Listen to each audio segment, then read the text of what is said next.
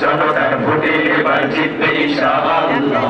দেশপ্রেমিক সৎযোগ্য লোকের প্রিয় ঠিকানা, উন্নত বাংলাদেশ গড়ার প্রিয় আমিনা। দেশপ্রেমিক সৎযোগ্য লোকের প্রিয় ঠিকানা, উন্নত বাংলাদেশ গড়ার প্রিয় আমিনা।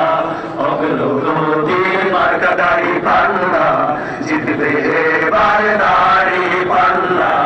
উন্নয়নের মার্কা দাড়ি পাল্লা,